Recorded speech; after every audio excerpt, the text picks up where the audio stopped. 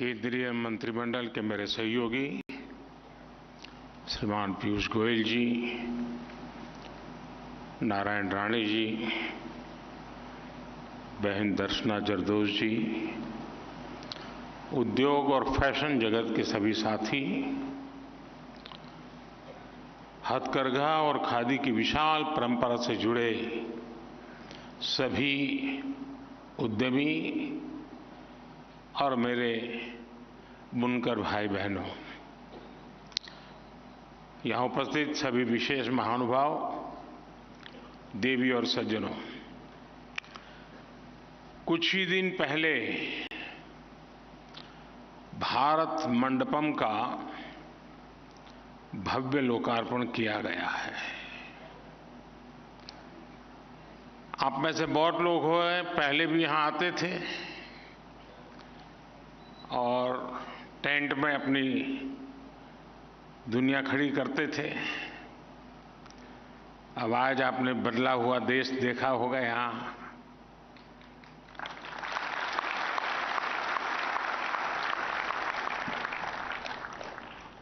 और आज हम इस भारत मंडपम में नेशनल हैंडलूम डे, राष्ट्रीय हथकरघा दिवस मना रहे हैं। भारत मंडपम की इस भव्यता में भी भारत के हथकरघा उद्योग की अहम भूमिका है।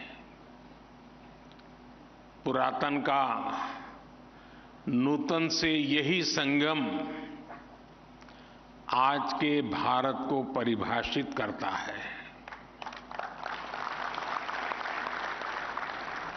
आज का भारत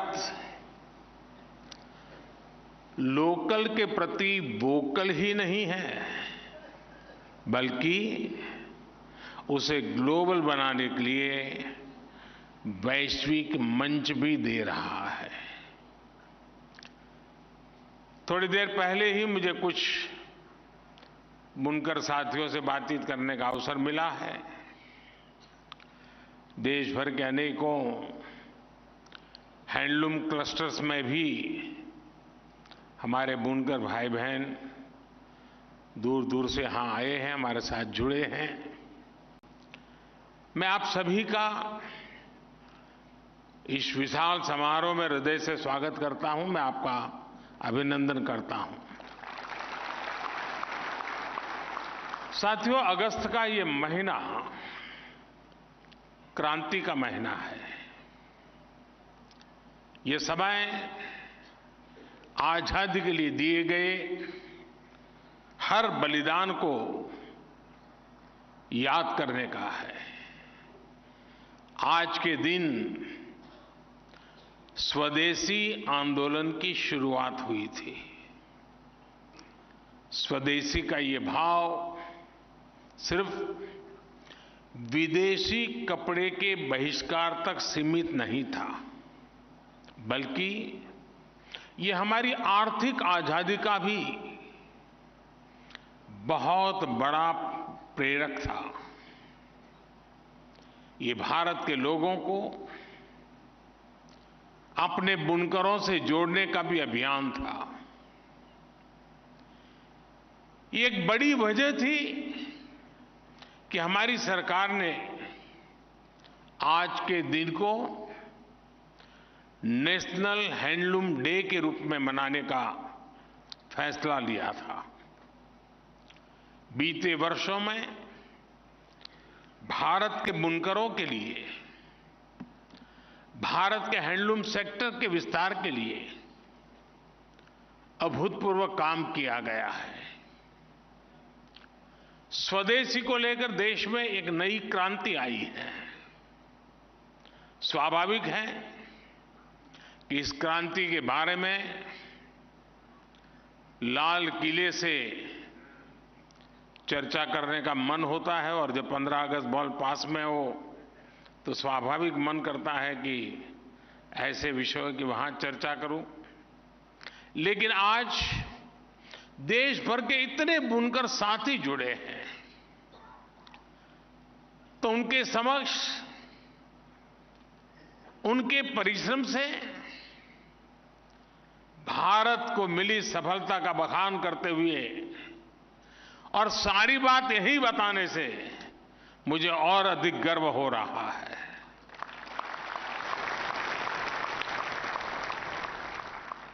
साथियों, हमारे परिधान, हमारा पहनावा हमारी पहचान से जुड़ा रहा है। यहां भी देखिए, भांति भांति के पहनाव, और देखते ही पता चलता है ये वहां से होंगे, वो यहां से होंगे, वो इस इलाके से आए होंगे। यानी हमारी एक विविधता हमारी पहचान है और एक प्रकार से हमारी विविधता को सेलिब्रेट करने का भी अवसर है। और ये विविधता सबसे पहले हमारे कपड़ों में नजर आती है। देखते ही पता चलता है कुछ नया है, कुछ अलग है। देश के दूर सुदूर क्षेत्रों में रहने वाले हमारे आदिवासी भाई बहन से लेकर बर्फ से ढके पहाड़ों तक विस्तार हुआ है वो लोग, तो दूसरी तरफ समुद्री तट से जिंदगी गुजारने वाले लोग, वहां से लेकर के मरुस्थल तक और भारत के मैदानों तक परिधानों का एक खूबसूरत इंद्रधनुष हमारे पास है। और मैंने एक बार आग्रह किया था कि कपड़ों की जो हमारी ये विविधता है उसको सूचीबद्ध किया जाए, इसका संकलन किया जाए। आज भारतीय वस्त्र शिल्प कोश के रूप में ये आज मेरा वो आग्रह यहां फलीभूत हुआ देख करके मुझे विशेष आनंद हो रहा है। साथियों, ये भी दुर्भाग्य रहा कि जो वस्त्र उद्योग पिछली शताब्दियों में इतना ताकतवर था, उसे आजादी के बाद फिर से सशक्त करने पर उतना जोर नहीं दिया गया। हालत तो ये थी कि खादी को भी मरणासन्न स्थिति में छोड़ दिया गया था। लोग खादी पहनने वालों को हीन भावना से देखने लगे थे। 2014 के बाद से हमारी सरकार इस स्थिति और इस सोच को बदलने में जुटी है। मुझे याद है, मन की बात कार्यक्रम के शुरुआती दिनों में ही मैंने देश से खादी का कोई ना कोई सामान खरीदने का निवेदन किया था। उसका क्या नतीजा निकला, इसके हम सभी साक्षी हैं। पिछले 9 वर्षों में खादी के उत्पादन में 3 गुना से अधिक की वृद्धि हुई है। खादी के कपड़ों की बिक्री भी 5 गुना से अधिक बढ़ गई है।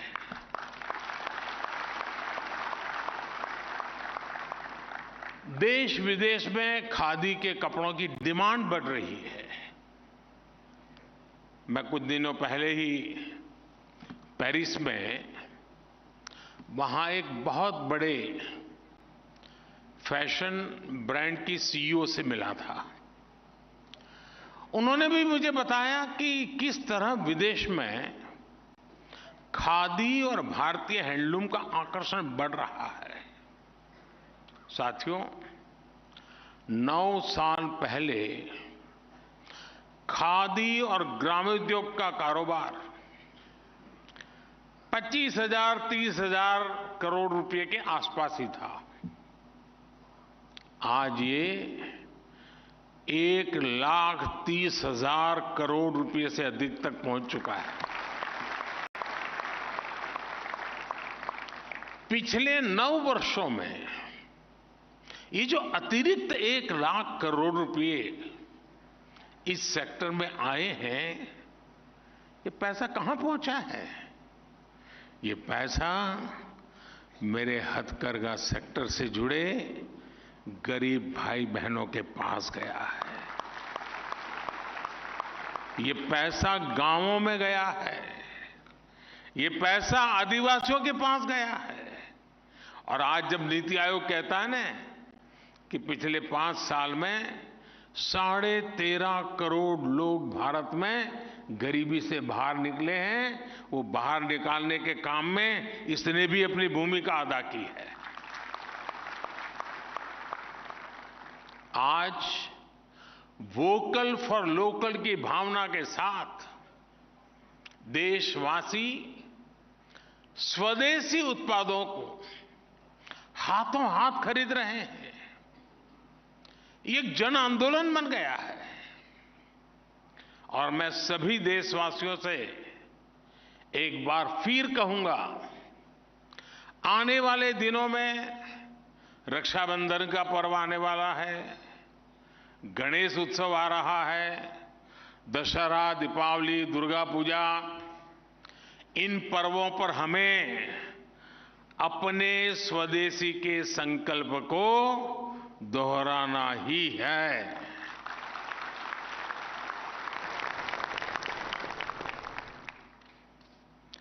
और ऐसा करके हम अपने जो हस्तशिल्पी हैं, अपने बुनकर भाई बहन हैं, हथकरघा की दुनिया से जुड़े लोग हैं, उनकी बहुत बड़ी मदद करते हैं।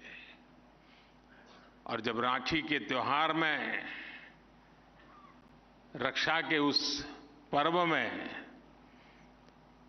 मेरी बहन जो मुझे राखी बांधती है, तो मैं तो रक्षा की बात करता हूं, लेकिन मैं अगर उसको उपहार में किसी गरीब मां से हाथ से बनी हुई चीज देता हूं, तो उस मां की रक्षा भी मैं करता हूं।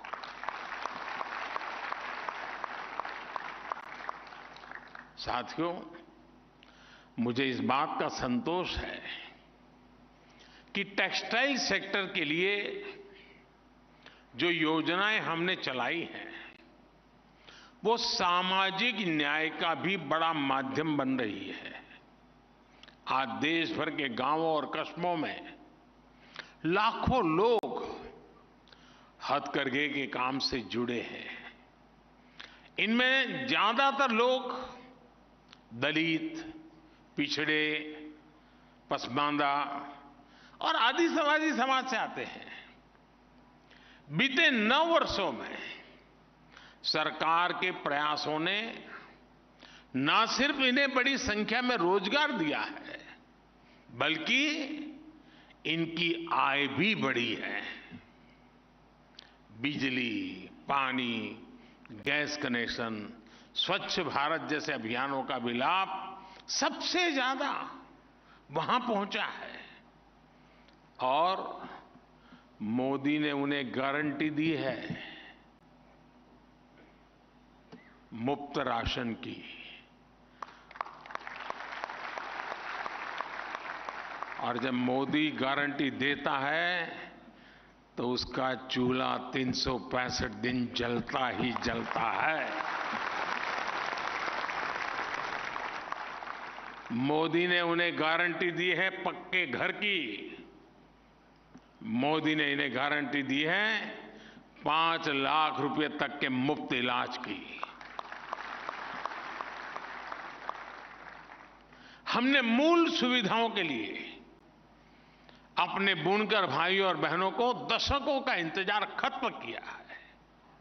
साथियों, सरकार का प्रयास है कि टेक्सटाइल सेक्टर से जुड़ी जो परंपराएं हैं, वे ना सिर्फ जिंदा रहे, बल्कि नए अवतार में दुनिया को आकर्षित करें।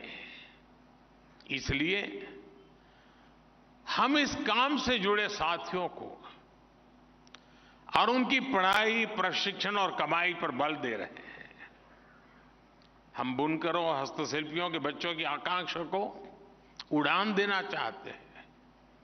बुनकरों को बच्चों को स्किल ट्रेनिंग के लिए उन्हें टेक्सटाइल इंस्टीट्यूट्स में 2 लाख रुपए तक की स्कॉलरशिप मिल रही है। पिछले 9 वर्षों में 600 से अधिक हैंडलूम क्लस्टर विकसित किए गए हैं। इनमें भी हजारों बुनकरों की ट्रेनिंग दी गई है। हमारी लगातार कोशिश है कि बुनकरों का काम आसान हो, उत्पादकता अधिक हो, क्वालिटी बेहतर हो, डिजाइन नित्य नूतन हो। इसलिए उन्हें कंप्यूटर से चलने वाली पंचिंग मशीनें भी उपलब्ध कराई जा रही है। इससे नए नए डिजाइन तेजी से बनाए जा सकते हैं। मोटर से चलने वाली मशीनों से ताना बनाना भी आसान हो रहा है। ऐसे अनेक उपकरण, ऐसी अनेक मशीनें बुनकरों को उपलब्ध कराई जा रही है। सरकार हथकरघा बुनकरों को रियायती दरों पर कच्चा माल यानी धागा भी दे रही है। कच्चे माल को लाने का खर्च भी सरकार वहन करती है। मुद्रा योजना के माध्यम से भी बुनकरों को बिना गारंटी का ऋण मिलना संभव हुआ है। साथियों, मैंने गुजरात में रहते हुए बरसों मेरे बुनकर साथियों के साथ समय बिताया है। आज मैं जहां से सांसद हूं, काशी, उस पूरे क्षेत्र की अर्थव्यवस्था में भी हैंडलूम का बहुत बड़ा योगदान है। मेरी अक्सर उनसे मुलाकात भी होती है, बातचीत होती है, इसलिए मुझे धरती की जानकारी भी रहती है। हमारे बुनकर समाज के लिए एक बहुत बड़ी चुनौती रहा है कि वो प्रोडक्ट तो बना लेता है, लेकिन उसे बेचने के लिए उन्हें सप्लाई चेन की दिक्कत आती है, मार्केटिंग की दिक्कत आती है। हमारी सरकार उन्हें इस समस्या से भी बाहर निकाल रही है। सरकार हाथ से बने उत्पादों की मार्केटिंग भी जोर दे रही है। देश के किसी न किसी कोने में हर रोज एक मार्केटिंग एग्जीबिशन लगाई जा रही है। भारत मंडपम की तरह ही देश के अनेक शहरों में प्रदर्शनी स्थल आज निर्माण किए जा रहे हैं। इसमें दैनिक भत्ते के साथ ही निःशुल्क स्टॉल भी मुहैया कराया जाता है। और आज खुशी की बात है कि हमारी नई पीढ़ी के जो नौजवान हैं, जो नए नए स्टार्टअप्स आ रहे हैं, स्टार्टअप की दुनिया के लोग भी मेरे होनहार भारत के युवा हथकरघा से बनी चीजें, हस्तशिल्प से बनी चीजें, हमारे कॉटेज इंडस्ट्री से बनी चीजें, उसके लिए अनेक नई नई टेक्निक, नई नई पैटर्न्स, उसके मार्केटिंग की नई नई व्यवस्थाएं, अनेक स्टार्टअप्स आजकल इस दुनिया में आए हैं। और इसलिए मैं उसके भविष्य को एक नयापन मिलता हुआ देख रहा हूं। आज वन डिस्ट्रिक्ट वन प्रोडक्ट योजना के तहत हर जिले में वहां के खास उत्पादों को प्रमोट किया जा रहा है। देश के रेलवे स्टेशनों पर भी ऐसे उत्पादों की बिक्री के लिए विशेष स्टॉल बनाए जा रहे हैं। हर जिले के, हर राज्य के हस्तशिल्प, हथकरघे से बनी चीजों को प्रमोट करने के लिए सरकार एकता मॉल भी बनवा रही है।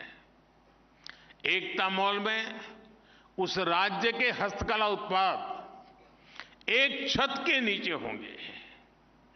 इसका भी बहुत बड़ा फायदा हमारे हैंडलूम सेक्टर से जुड़े भाई बहनों को होगा। आप में से किसी को अगर गुजरात में स्टैच्यू ऑफ यूनिटी देखने का अवसर मिला होगा तो वहां एक एकता मॉल बना हुआ है। हिंदुस्तान के हस्तशिल्पियों द्वारा बनी हुई देश के हर कोने की चीज वहां उपलब्ध होती है। तो टूरिस्ट वहां जो आता है तो वो एकता का अनुभव भी करता है और उसको हिंदुस्तान के जिस कोने की चीज चाहिए वहां से मिल जाती है। ऐसे एकता मॉल देश की सभी राजधानियों में बने, इस दिशा में एक प्रयास चल रहा है। हमारी इन चीजों का महात्म्य कितना है। मैं प्रधानमंत्री कार्यकाल में विदेश जाता हूं तो दुनिया के महानुभावों के लिए कुछ न कुछ भेंट सौगात ले जाना होता है। मेरा बड़ा आग्रह रहता है कि आप सब साथी जो बनाते हैं उन्हीं चीजों को मैं दुनिया के लोगों को देता हूं। उनको प्रसन्न तो करते ही हैं जब उनको मैं बताता हूं कि मेरे फलाने इलाके के फलाने गांव के लोगों ने बनाई है, तो वो बहुत प्रभावित भी हो जाते हैं। साथियों, हमारे हैंडलूम सेक्टर के भाई बहनों को डिजिटल इंडिया का भी लाभ मिले, इसका भी पूरा प्रयास है। आप जानते हैं सरकार ने खरीद बिक्री के लिए एक पोर्टल बनाया है, गवर्नमेंट ई मार्केट प्लेस, यानी जेम, GEM। जेम पर छोटे से छोटा कारीगर, शिल्पी, बुनकर अपना सामान सीधे सरकार को बेच सकता है। बहुत बड़ी संख्या में बुनकरों ने इसका लाभ उठाया है। आज हथकरघा और हस्तशिल्प से जुड़ी 2.25 लाख संस्थाएं जेम पोर्टल से जुड़ी हुई है। साथियों, हमारी सरकार अपने बुनकरों को दुनिया का बड़ा बाजार उपलब्ध कराने पर भी स्पष्ट रणनीति के साथ काम कर रही है। आज दुनिया की बड़ी बड़ी कंपनियां भारत के MSMEs, हमारे बुनकरों, कारीगरों, किसानों के उत्पादों को दुनिया भर के बाजारों तक ले जाने के लिए आगे आ रही है। मेरी ऐसी अनेक कंपनियों के नेतृत्व से सीधी चर्चा हुई है। दुनिया भर में इनके बड़े बड़े स्टोर से, रिटेल सप्लाई चेन है, बड़े बड़े मॉल्स हैं, दुकानें हैं। ऑनलाइन की दुनिया में भी इनका सामर्थ्य बहुत बड़ा है। ऐसी कंपनियों ने अब भारत के स्थानीय उत्पादों को विदेश के कोने कोने में ले जाने का संकल्प लिया है। हमारे मिलेट्स, जिसको हम अब श्री अन्न के रूप में पहचानते हैं, ये श्री अन्न हो, हमारे हैंडलूम के प्रोडक्ट्स हो, अब ये बड़ी इंटरनेशनल कंपनियां उन्हें दुनिया भर के बाजारों में लेके जाएगी। यानी प्रोडक्ट भारत का होगा, भारत में बना होगा, भारत के लोगों के पसीने की उसमें महक होगी, और सप्लाई चेन इन मल्टीनेशनल कंपनियों की इस्तेमाल होगी।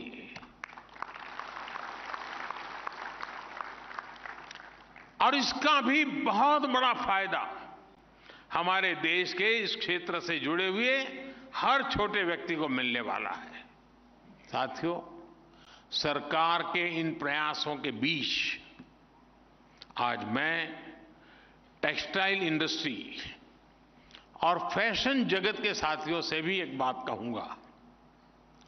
आज जब हम दुनिया की टॉप 3 इकोनॉमीज में आने के लिए कदम बढ़ा चुके हैं, तब हमें अपनी सोच और काम का दायरा भी बढ़ाना होगा।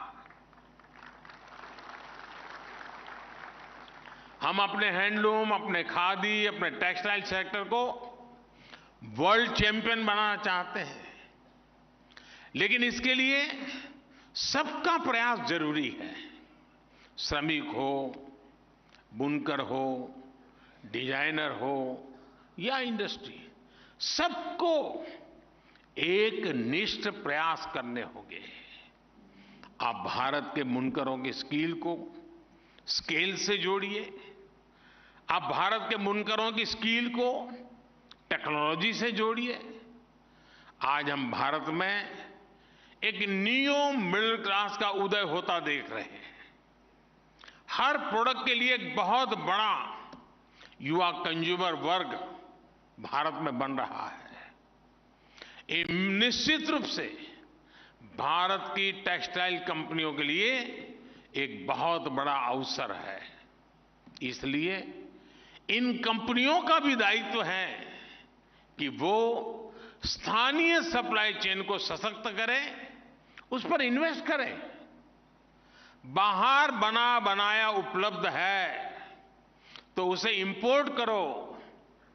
ये अप्रोच आज जब हम महात्मा गांधी के कामों का स्मरण करते हुए बैठे हैं तो फिर से एक बार मन को हिलाना होगा, मन को संकल्पित करना होगा कि बाहर से ला करके गुजारा करना ये रास्ता उचित नहीं है।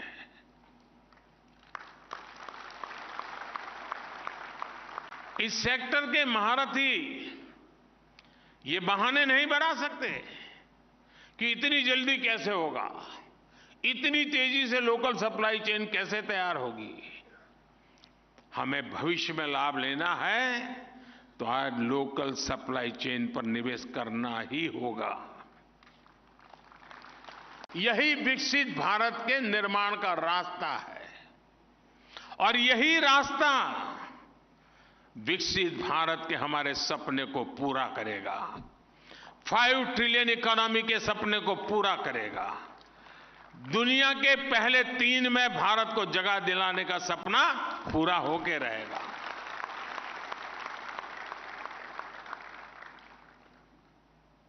और भावात्मक पहलू की ओर देखें तो इसी रास्ते पर चलकर हम अपने स्वतंत्रता सेनानियों के सपने को पूरा कर पाएंगे, स्वदेशी के सपने को साकार कर पाएंगे। साथियों, और मैं साफ मानता हूं, जो स्वाभिमानी होगा, जिसको स्व पर अभिमान होगा, स्वदेश पर अभिमान होगा, उसके लिए खादी वस्त्र है। लेकिन साथ साथ जो आत्मनिर्भर भारत के सपने बुनता है, जो मेक इन इंडिया को बल देता है, उसके लिए ये खादी सिर्फ वस्त्र नहीं, अस्त्र भी है और शस्त्र भी है।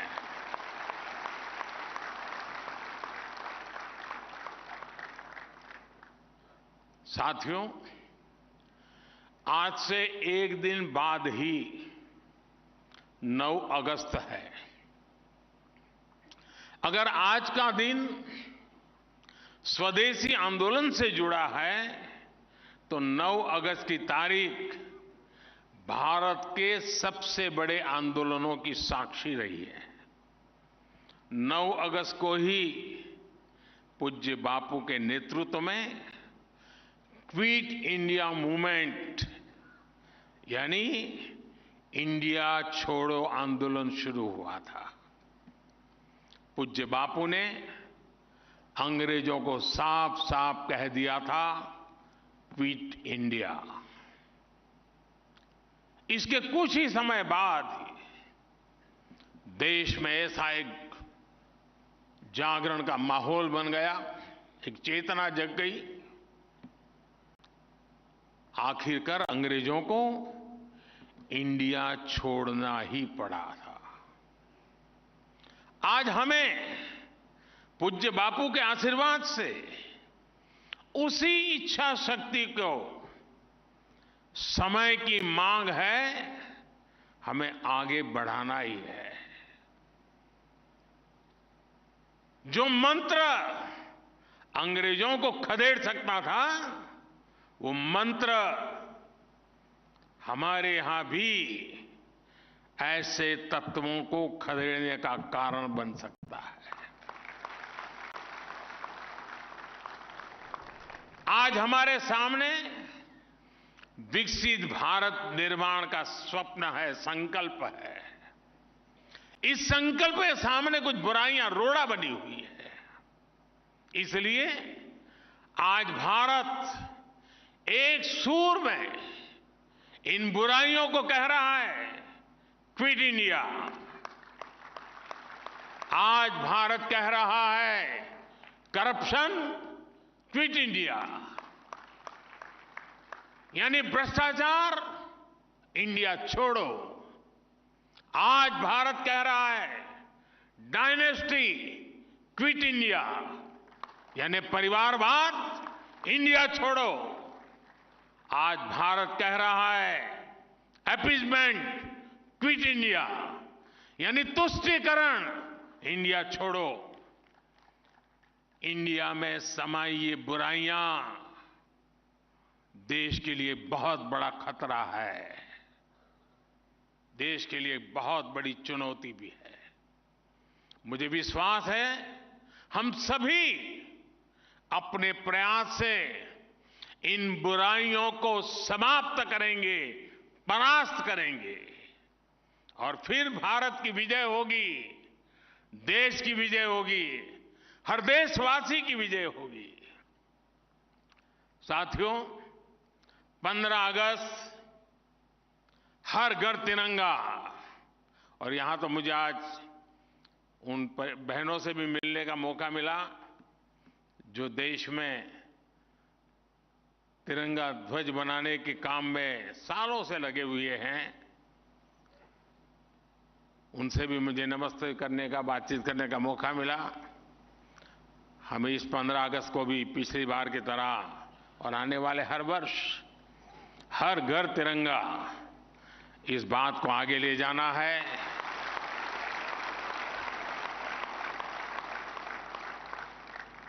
और जब छत पे तिरंगा लहराता है ना, तो सिर्फ वो छत पे भी नहीं लहराता है, मन में भी लहराता है।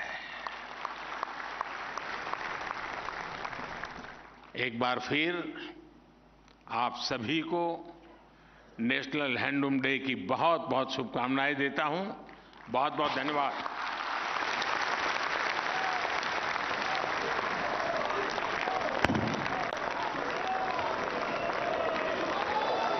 आपके उत्प्रेरक उद्बोधन के लिए आपका कोटि कोटि धन्यवाद माननीय प्रधानमंत्री जी। आपके प्रेरणादायक वचनों के लिए हृदय से साधुवाद मान्यवर। आपका आभार हमारे बुनकर समुदाय, हमारे